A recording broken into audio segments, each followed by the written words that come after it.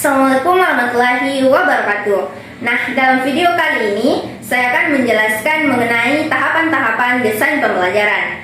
Nah, masing-masing model desain pembelajaran secara detail memiliki tahapan desain pembelajaran yang berbeda antara yang satu dengan yang lainnya.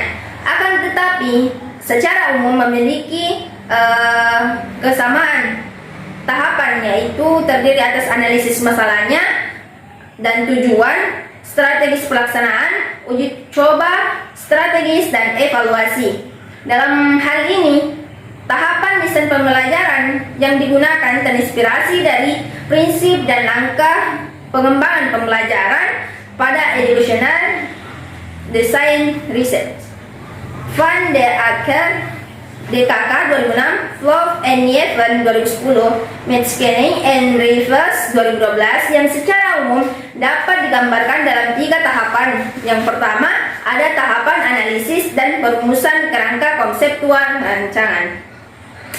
Pada tahapan ini memiliki beberapa kegiatan. Yang pertama itu klarifikasi dan pendefinisian rancangan. Nah, klarifikasi atau mendefinisikan masalah adalah suatu pernyataan tentang keadaan yang belum sesuai dengan yang diharapkan.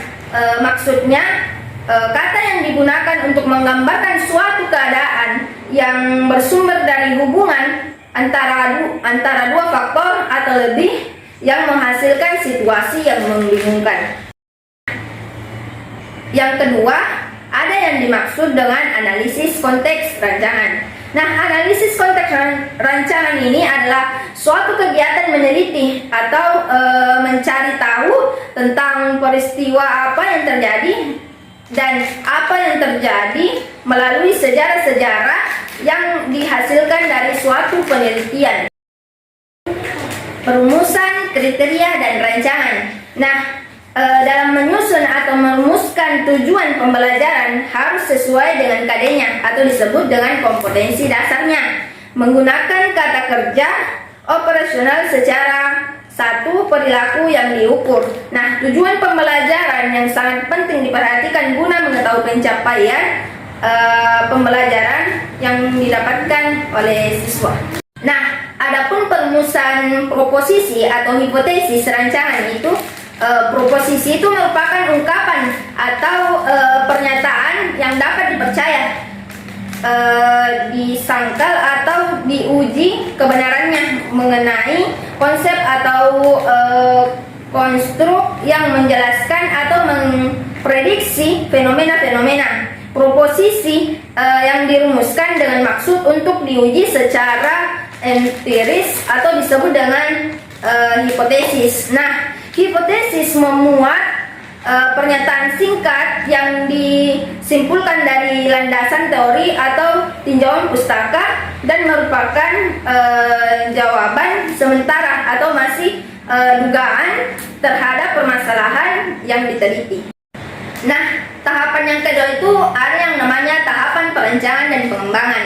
Nah, kerangka konseptual yang telah dirumuskan pada bagian sebelumnya kemudian dianalisiskan dalam suatu prototipe rancangan atau disebut dengan draft desain awal rancangan. Nah, kerangka konseptual rancangan beserta prototipenya disebut sebagai bentuk intervensi rancangan. Nah, selanjutnya intervensi rancangan tersebut diuji coba kualitasnya melalui siklus kegiatan yang terdiri atas 3 kegiatan, yaitu yang pertama uji coba, yang kedua evaluasi atau disebut formatif dan refleksi, Yang ketiga, revisi atau redesign.